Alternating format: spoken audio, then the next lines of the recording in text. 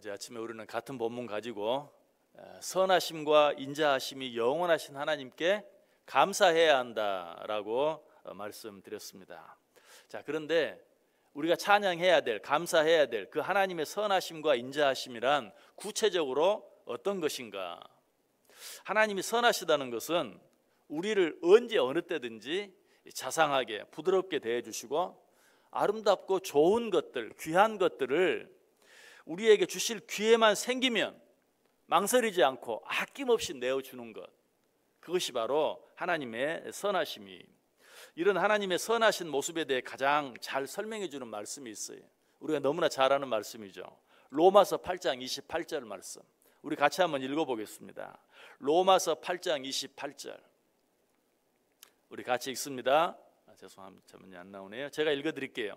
우리가 알거니와 하나님을 사랑하는 자 곧 그의 뜻대로 부르심을 입은 자들에게는 모든 것이 합력하여 선을 이루느니라. 너무 잘 아는 말씀이죠. 하나님이 선하시다라는 걸 뭘 말하는가? 우리에게 어떤 일이 생기든지 그 일들을 합력해서 선으로 만들어주시는 분, 그분이 바로 선하신 하나님이에요. 우리 선하신 하나님은 어떤 일과 어떤 상황 속에서든지 반드시 합력하여 선을 이루어내시는 분이세요. 다른 말로 하면 선하신 하나님은 궁극적으로 우리에게 손해가 되는 일은 절대로 행하지 않는 분이시다라는 것이, 이 사실 역시 말씀을 통해서 우리가 분명하게 확인해 볼 수 있어요. 히브리서 12장 11절 말씀 우리 같이 읽겠습니다. 히브리서 12장 11절. 성경 구절이 방송실에 잘 전달이 안 된 모양인데요. 히브리서 12장 11절 우리 같이 읽습니다. 무릇 징계가 당시에는 즐거워 보이지 않고 슬퍼 보이나 후에 그로 말미암아 연단 받은 자들은 의와 평강의 열매를 맺느니라. 자, 우리가 뭘 잘못해서 징계가 임했어요. 내가 잘못해서 받는 징계라 할지라도 궁극적으로는 우리에게 유익이 되게 하시는 하나님, 축복이 되게 하시는 하나님, 이 하나님의 모습이 바로 선하신 하나님의 모습이에요.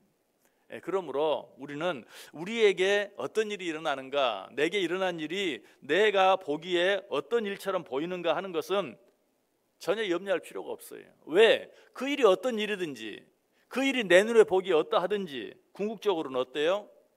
내게 유익이 된다. 내게 결코 손해가 되지 않는다. 어떤 일은 내게 위협이 되는 일처럼 보이기도 하지만 그럼에도 불구하고 그 일들이 결국은 어때요? 합력해서 선을 이루어요.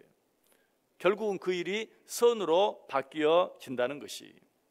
그러므로 우리는 어떤 일들이 내게 손해가 되는 것 같고, 어떤 일이 내게 위협이 되는 것 같고, 어떤 일이 내게 억울한 일처럼 느껴질 때라도 우리는 반드시 한 가지 사실을 기억해야 돼요. 어떤 사실? 우리 하나님은 선하신 하나님이시다. 아니, 하나님은 선 그 자체이시다. 그러므로 하나님이 허락하신 일, 그 일들은 결코 내게 손해가 되지 않는다 하는 것을 기억해 낼 수 있어야 돼요. 우리 하나님은 자신이 곧 선이시므로 그가 하시는 일은 우리 눈에 보기에 어떠하든지 합력해서 선을 이루게 되어 있어요. 이 사실을 믿는 것이 왜 중요합니까? 이 일상에서 인간들에게 일어난 일들은 다 거기서 거기. 그래서 사람들은 뭐라고 말하죠? 사람 사는 곳은 다 비슷해 라고 말하는 것이, 특별히 좋은 것도 없고 특별히 나쁜 것도 없다는 것이. 그러므로 일상을 살아가는 우리 인간들에게 중요한 것은 무엇인가? 그것은 지금 내게 어떤 일이 일어났는가, 지금 내가 어떤 상황 가운데 있느냐 하는 그것이 아니라 지금 내게 일어난 그 일에 대해서 내가 어떻게 반응하느냐, 그것이 중요해요. 왜? 우리에게 일어나는 일은 다 거기서 거기에요. 그럼에도 불구하고 우리가 그 일에 어떻게 반응하느냐에 따라서 다 거기서 거기 같은 그 일들이 천지 차이로 달라질 수 있기 때문에 그래요. 그렇다면 우리의 가장 중요한 것이 무엇입니까? 그런 상황과 환경에 대한 시각과 태도예요. 내게 일어난 모든 일들을 내가 어떻게 바라보느냐. 왜냐하면 모든 사람에게 엇비슷하게 일어나는 모든 일들에 대해 어떻게 반응하느냐에 따라서 그 결과가 천양지차로 달라질 수 있기 때문에 우리는 이 사실을 믿음의 사람 요셉을 통해서 잘 알 수 있어요. 요셉에게는 형들에게 죽임을 당할 뻔했던 그러다가 간신히 죽음을 면하긴 했지만 형들에 의해 외국 상인들에게 팔림을 당하는, 그래서 외국 사람의 집에 들어가서 종노릇하게 되는, 거기서 나름 또 열심히 일했는데 억울한 누명을 뒤집어 쓰고 감옥에까지 갇히게 되는, 정말 견디기 힘든, 너무나도 아픈 그런 과거가 있었어요. 그러나 요셉은 그 일들에 대해서 어떻게 반응했습니까? 긍정적으로 반응했어요. 어떻게? 자기를 죽이려고 했던, 그리고 자기를 팔아버렸던 그 형들을 다시 만났을 때 요셉이 뭐라고 말해요? 당신들이 나를 이곳에 판 것이 아니다. 그것 때문에 염려하지 말라. 하나님께서 당신의 자녀들의 생명을 구원하시려고 나를 당신들보다 먼저 이곳에 보내신 것이다 라고 반응했어요. 그런데 요셉이 자신의 너무나도 비참했던 이런 일들을 이처럼 긍정적으로 바라볼 수 있었던, 그 모든 일들에 대해서 이처럼 긍정적으로 반응할 수 있었던 이유가 무엇인가? 요셉은 분명히 알았어요. 뭘? 자기가 믿는 하나님이 선하신 하나님이라는 사실을 분명히 믿었어요. 자, 그 사실도 우리 말씀을 통해서 한번 확인해 볼까요? 창세기 50장 20절 말씀. 창세기 50장 20절. 우리 같이 한 목소리로 읽습니다. 당신들은 나를 해하려 하였으나 하나님은 그것을 선으로 바꾸사 오늘과 같이 많은 백성의 생명을 구원하게 하시려 하셨나니. 자, 여기서 요셉의 시각을 분명히 알 수 있죠. 당신들은 나를 해하려 하였으나, 해치려 하였으나, 누가? 하나님께서 그것을 어떻게 바꾸셨다고요? 선으로 바꾸셨다. 요셉은 이처럼 자기가 믿는 하나님이 선하신 하나님, 제 아무리 악한 일이라도 선으로 바꾸실 수 있는 하나님이라는 사실을 그는 분명히 믿고 알았어요. 다윗도 마찬가지죠. 아들 압살롬이 자기를 죽이려고 했을 때 맨발로 도망을 치죠. 그 모습을 보고 시므이가 다윗을 비웃어요. 비루한 자여 가거라 가거라, 참 불쌍하다. 아들에게 죽임을 당하지 않고 도망가다니 그 모습이 참 볼만하다 하고 비웃었어요. 조롱했어요.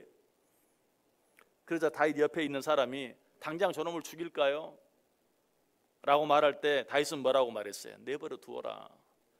여호와 하나님께서 그에게 허락하신 것이니, 여호와 하나님께서 그에게 명령하신 것이니 그가 저주하도록 내버려 두어라. 하나님이 그렇게 하도록 허락하신 것 아니냐?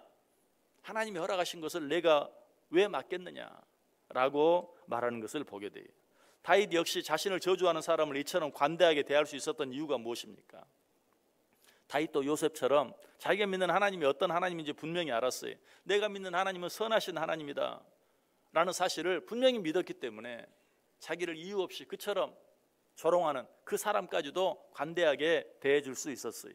다윗의 이런 믿음도 성경 속에 너무나 잘 나타나 있어요. 다시 한번 우리 같이 읽습니다. 사무엘하 16장 12절 말씀. 사무엘하 16장 12절 말씀 같이 읽습니다. 혹시 여호와께서 나의 원통함을 감찰하시리니 오늘 그 저주 때문에 여호와께서 선으로 내게 갚아 주시리라. 지금 시므이 저 사람은 나를 이유 없이 조롱하지만 비웃지만 내가 믿는 선하신 하나님이 그 일까지도 선으로 갚아 주실 것이다 라고 고백하고 있어요. 다윗은 자신이 어떤 억울한 일을 당하더라도 선하신 하나님이 그 모든 일을 선으로 바꾸어 주시고 선으로 갚아 주실 것을 확실히 믿었던 것이. 그러므로 이 선하신 하나님을 믿는 사람은 어렵고 힘든 상황에 처하면 처할수록 오히려 어때요? 더 기대를 가질 수 있고 더 소망을 가지고 살아갈 수 있어요. 왜? 우리가 믿는 하나님은 선하신 하나님이기 때문에. 우리가 당하는 일이 어떤 일이든지 그 모든 일들을 선으로 바꾸어 주실 것이 확실하고, 우리가 제 아무리 억울한 일을 당한다 할지라도 그것을 선으로 갚아 주실 것이 분명하기 때문에 저와 여러분 안에 이 믿음이 있기를 원합니다. 그래서 내게 일어나는 모든 일 앞에 긍정적으로 반응함으로 말미암아 그 일이 어떤 일이든지 우리의 믿음대로 선으로 바꾸어지는 은혜와 기적을 날마다 보고 체험할 수 있기를 바라요. 자, 그런데 이런 말씀을 들으면서도 나는 그래도 아직도 하나님의 선하심이 뭔지 잘 느껴지지가 않아요, 잘 모르겠어요 하는 생각이 드시는 분 있어요? 그런 자들을 향해서 시편 34편 8절은 이렇게 말해요. 너희는 여호와의 선하심을 맛보아 알지어다. 이게 무슨 맛이야? 먹어봐 라고 말하는 것처럼 하나님께서 하나님의 선하심을 아직도 잘 알지 못하고 확실히 믿지 못하는 자들에게 너희는 하나님의 선하심을 맛보아 알지어다. 하나님의 선이 무엇인지 맛을 보고 알아라 라고 말하고 있어요. 어떻게 하나님의 선하심을 맛볼 수 있습니까? 하나님의 선하심을 먼저 인정하고 내게 어떤 일이 있든지 선하신 하나님께서 그 일을 통해 합력해서 선을 이루어 주실 것을 믿고, 그 일이 어떤 일이든지 그 일을 선으로 바꾸어 주실 것을 믿고, 내가 어떤 일을 당하든지 그 일을 선으로 갚아 주실 것을 믿고 먼저 기뻐하고 먼저 감사하고 먼저 찬양하는 것, 이것이 하나님의 선을 맛보는 것이. 그렇게 했을 때 하나님이 정말 어떻게 해주시는가 하는 것을 보게 되고 느끼게 되고 체험하게 돼요. 그렇게 했을 때 하나님이 그것을 정말 선으로 바꾸어 주시고 정말 선으로 갚아주시는 은혜를 한번 체험하면, 그 하나님의 선하심을 한번 맛보면 어떻게 돼요? 계속해서 먹게 돼요. 내게 어떤 일이 일어나든지 나는 하나님의 선하심을 맛보았기 때문에 먼저 하나님께 기뻐할 수 있어요. 먼저 감사할 수 있어요. 먼저 찬송할 수 있어요. 여러분, 하나님의 선하심을 맛보고 느껴보세요. 그리고 어떤 일이 있든지 두려워하지 않고 염려하지 않고 먼저 하나님께 감사하고 먼저 찬송하고 기뻐해 보세요. 그렇게 함으로 여러분에게 일어나는 그 모든 일들을 선으로 바꾸어 주시는 하나님의 은혜, 선으로 갚아주시는 하나님의 은혜, 내가 믿는 하나님이 정말 선하신 하나님이신 것을 날마다 느끼고 경험하고 체험하고 누리며 살아가는 저 여러분 꼭 될 수 있기를 주님의 이름으로 간절히 축원합니다.